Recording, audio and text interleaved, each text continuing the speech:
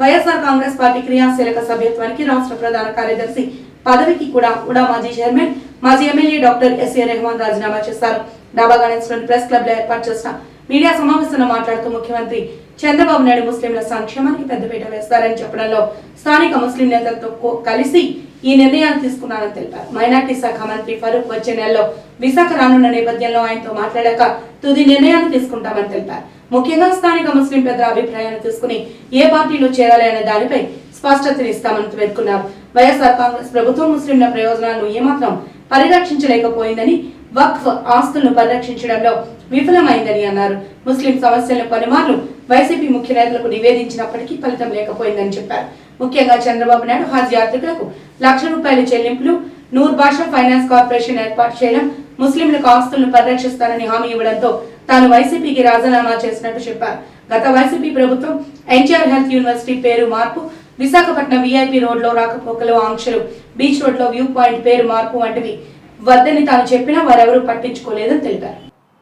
కొంతమంది నేను అమెరికా నుంచి వచ్చిన తర్వాత కలిసి, సార్ మన కార్యక్రమాలు ఎన్నో ఉన్నాయి, ఈ కార్యక్రమాలన్నీ జరగాలి కాబట్టి ఏదో ఒక నిర్ణయం తీసుకుంటే బాగుంటుంది అని వాళ్ళ ప్రోద్బలంతో వెయిట్ చేస్తూ ఉంటే 2 రోజుల క్రితం ముఖ్యమంత్రి చంద్రబాబు నాయుడు గారి రివ్యూ ప్రోగ్రాంలో మైనారిటీ వెల్ఫేర్ మినిస్టర్ ఫారూక్ గారు ఆ మీటింగ్లో ఉన్నారు. ఆ రివ్యూ తర్వాత మైనారిటీల కోసం ఏం చేస్తామనేది ఒక పత్రికలకి కొన్ని విషయాలు రీచ్ చేశారు. అందులో ముఖ్యంగా ఎన్నో ఏళ్ల నుంచి వీళ్ళంతా చిన్నపిల్లలుగా ఉన్నప్పటి నుంచి ఈ ఊళ్ళో ఉన్న వక్ఫ్ ల్యాండ్స్ దాదాపు 5,000 పైచిలకు ఎకరాలు మాకు ఒక బోర్డులో ల్యాండ్స్ ఉన్నాయి. ఇవి మినిమం 5,000 కోట్లు ఉంటాయి, అంతే కదండి మినిమం. తర్వాత 5,000 కోట్ల రూపాయలు ఖరీదు చేసే ల్యాండ్స్ ఉన్నాయి మాకు, కానీ అన్ని ఎకరాంతం అవి ఉన్నాయి. చాలాసార్లు చాలామందికి చెప్పాం. గత ప్రభుత్వంలో కూడా నేను వైసీపీలో జనరల్ సెక్రటరీ కూడా చేశాను. దఫాలుగా మైనార్టీల సమస్యలే కాకుండా అనేక సమస్యల మీద చెప్తా ఉంటే పట్టించుకోలే. చిన్న విషయం చెప్తాను. నేను ఎలక్షన్ ఒక 5-6 నెలల ముందు ఎవరైతే ఇక్కడ సామంతరాజు ఉంటారో వారికి నేను చెప్పాను, సార్ పరిస్థితి బాగలేదు, ఫీల్ గుడ్ ఫ్యాక్టర్ లేదు, మీరు కింద గ్రౌండ్ లెవెల్ నుంచి వచ్చిన కార్యకర్తగా నా అభిప్రాయం అది అంటే, ఎందుకు బాగలేదని అడిగారు. ఎందుకు బాగలేదంటే, మీరు ఎంతన్నా చేయండి sir, common man should feel happy. మీరేం చేశారు?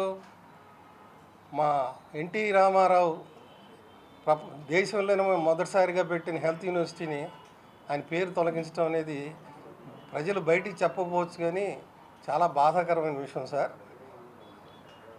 వైఎస్ఆర్ పేరు పెట్టాలంటే ఇంకో చోట పెడదాం, ఇంకో యూనివర్సిటీ పెట్టండి, దానికి వైఎస్ఆర్ పెట్టండి. అంతేగాని మహానుభావుడు ఎవరైతే ఈ రాష్ట్రానికి అనేక కార్యక్రమాలు చేసి వెళ్ళిపోయాడో ఆయన పేరుతో తొలగించడం మాత్రం చాలామంది హర్ట్ అవుతున్నారని చెప్పాను. ఆయన అక్కడ చెప్పారో లేదో నాకు తెలియదు, దాని మీద స్పందన లేదు. రెండోది చెప్పాను, వీఐపీ రోడ్ అనేది చాలా ప్రశస్తమైన రోడ్ సార్. దాని మీద ప్రజలందరూ ఆక్రందనలు చేస్తున్నారు. అటు జనసేన వాళ్ళు కానీ బీజేపీ వాళ్ళు కానీ అక్కడ ధర్నాలు కూడా చేస్తున్నారు. వాళ్ళందరూ చేయకముందు నేను అప్పటి సిపి గారికి నేను వాట్సాప్ మెసేజ్ నా దగ్గర ఇప్పటికి కూడా ఉంది.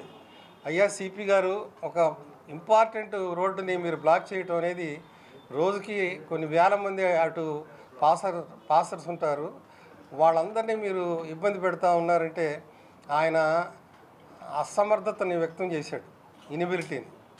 తర్వాత నేను ఇక్కడ ఉన్న మా ఇన్ఛార్జ్ గారికి వెళ్ళి చెప్పాను, అయ్యా ఇది మంచిది కాదు, అది తొలగించండి అని.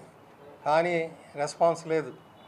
ఇంకోసారి సడన్గా ఒకరోజు నాకు తెలిసింది, మన బీచ్ రోడ్లో వ్యూ పాయింట్ ఉంది, కలాం వ్యూ పాయింట్ అని మన మాజీ ప్రెసిడెంట్ గారి పేరున. సడన్గా ఒకరోజు దాన్ని తీసేసి వైఎస్ఆర్ వ్యూ పాయింట్ అన్నారు.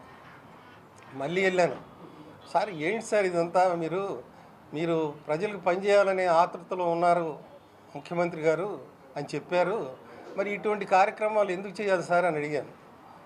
ఒక వ్యవస్థ ఎలా నడిచిందంటే ఆ రోజుల్లో మీకు తెలియదే ఉంది, ఏదన్నా ఊళ్ళో సమస్య వస్తే మినిస్టర్కి అధికారాలు లేవు, ఎమ్మెల్యే గారికి అధికారాలు లేవు, ప్రజా ప్రతినిధులకి అధికారం లేకుండా వాళ్ళు కూడా మరి అలా నిలబడిపోవాల్సిన పరిస్థితి వచ్చింది. సరే, అది పక్కన పెడదాం.